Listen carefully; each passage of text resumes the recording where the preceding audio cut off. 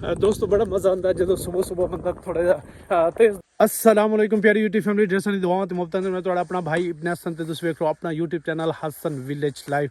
नाल मैं अपनी सारी वाईटी फैमिली वास्ते अपने सारे देश प्रदेश के बहन भाई वास्ते दुआ अगूं कि अल्लाह ताला सारिਆਂ ਨੂੰ अपनी हिफाजत में रखे, ढेर सारियां खुशियां कामयाबियां इस तरह की अजमत वाली जिंदगी के नवाजे गम ते मेरे बहन भाई ने छू के भी ना गुजरे, हमेशा खुशियां ते जान ते शादो आबाद रवो। नाल मैं अपने सारे बहन भाई जो मेरे चैनल ते नया सन एक छोटी जी रिक्वेस्ट कर सके तुसीं मेरा चैनल सबसक्राइब कर देना, नाल बेल आइकन ते प्रेस कर देना। यकीनन तुहाड़ियां मुहब्बतों से अल्लाह तुहाड़ी हयाती दी खैर करे। व्यूअर दसंबर मुक्कण दे करीब है, 2 दिहाड़े रह गए, 2025 आ रहा है। अल्लाह ताला 2025 नूं साढ़े सारे वास्ते खैरो आफियत दा साल साबित करे, क्योंकि साडे मुसलमानों दा पहला महीना तो मुहर्रम तो शुरू होंदा है, इस्लामी महीना। पहला महीना भी कुर्बानी दा, आखिरी महीना भी कुर्बानी दा। अल्लाह ताला साढ़े सारे वास्ते खैरो आफियत साबित करे। दोस्तों दसंबर दे आखिरी 2 दिन रह गए तो फॉग इस टाइम धुंध वेख लो कि 4 चफेरे एक जम्मे गफीर है बिल्कुल।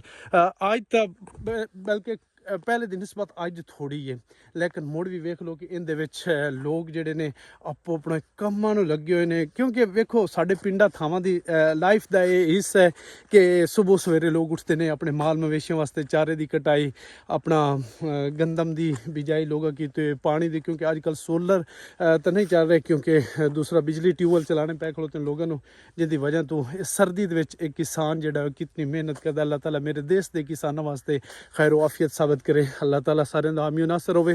तो मैं कर रहा वाक, क्योंकि वाक भी इंसानी ज़िंदगी वास्ते बड़ी ज़रूरी है। वाक इंसानी फिटनेस वास्ते बड़ी एक ज़रूरी चीज़ है, सारिਆਂ ਨੂੰ करनी चाहिए। सुबह की ताज़ा आबो हवा जो इंसान के फेफड़ियां तक जाती है ना, वो इंसान के पूरे जिसम के अज़ा नूं एक्टिव रखती है।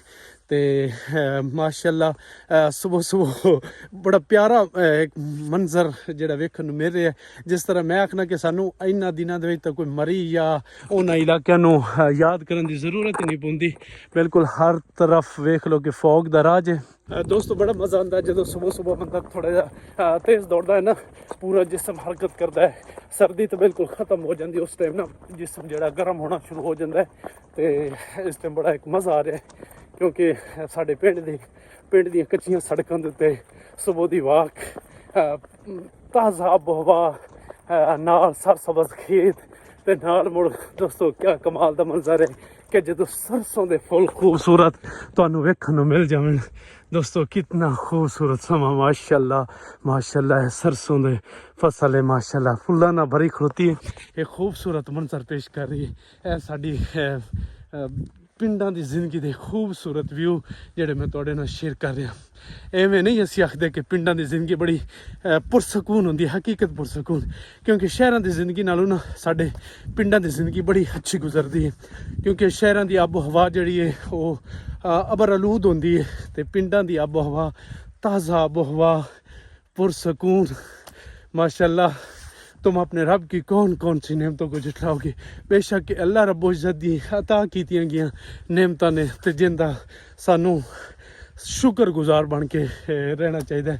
उस परवरदिगार दा अल्लाह ताला सारे वास्ते आसानियां पैदा करे। तो इस टाइम मैं दोस्तों वाक करता करता हुण जा रहा मैं अपने घर वापसी, क्योंकि काफ़ी लंबी वाक की है, तकरीबन 4-5 किलोमीटर की मुसाफर जी मैं पूरी करके हुण जा रहा घर। इंशाअल्लाह हुण करसा नाश्ता, उस तो बाद अल्लाह रब्बुल इज़्ज़त दा नाम लैके अपने रिज़्क वास्ते निकल जसी। हाँ जी मौसम वाली सर्दी है।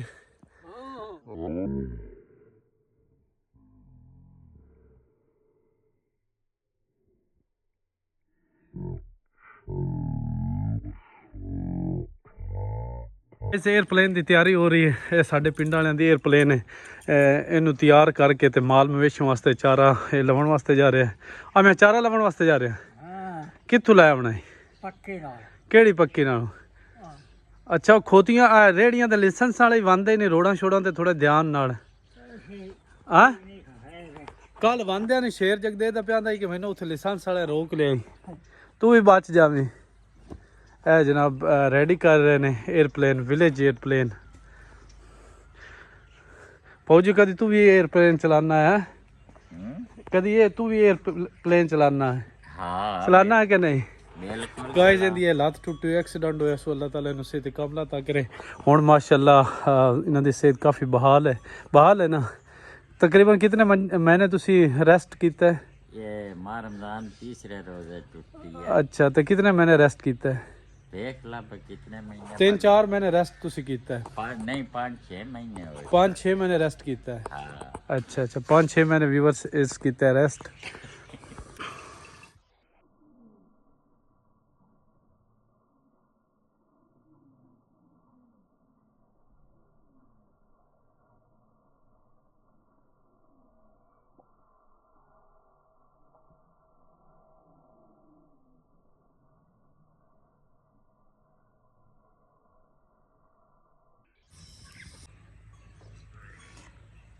चला हाँ जी हुण हवा थोड़ी जी घट है एक टायर च चलन तो कोई ना उमर।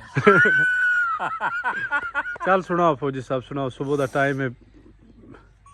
चोला सी दर्जी एवें सटियाई जिवें गैरां दी हाई मर्जी।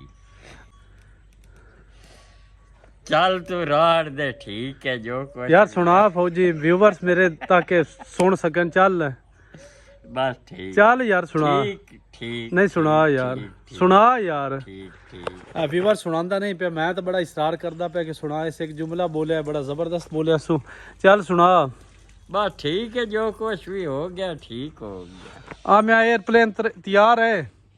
हाँ इससे तो तू भी भाग जा। नहीं मैं तो पैदल जैसा वाक करदा करदा। व्यूवर्स एयरप्लेन गई चारा लवन वास्ते। ए जनाब ड्राइवर है अहमद अली मेरा से। व्यूवर्स विलेजर एयरप्लेन माल मवेशी वास्ते चारा कट के लेके आ गए।